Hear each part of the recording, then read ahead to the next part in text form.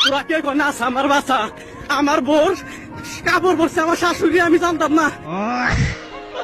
পোকা তো কাককে দেখে ভয় পালাতে থাকে। মাথায় নষ্ট মামা। কাক পোকাকে আপেলের ভিতর ঢুকে যেতে দেখে বলতে থাকে, মতি মিয়া কি জিনিস আজ সবাই বুঝবো, আজ একটা বিরাট ফাটাফাটি হইব।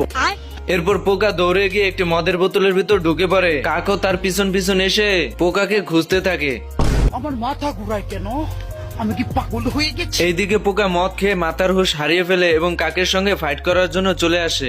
একদম জায়গা মতন চুমাদা দেবো। আচ্ছা জিম করি বাবা, জিম করি। হ্যাঁ, এবং 4-5 টাকা হতে আলানো আমার লেগে কোনো ব্যাপার না।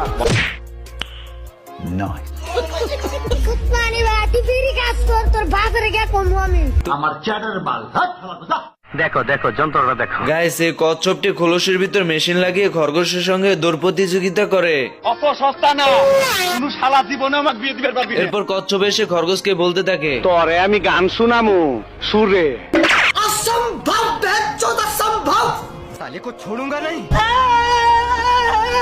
কচ্ছপের চিটিং করে যেতে দেখে খরগোশ কচ্ছপের আগে গিয়ে ফার্স্ট হওয়ার জন্য দৌড়াতে থাকে। এর ভিতরে কচ্ছপ একটি খরগোশকে চিঠি পাঠায়। এদিকে খরগোশ চিঠি খুলে দেখে,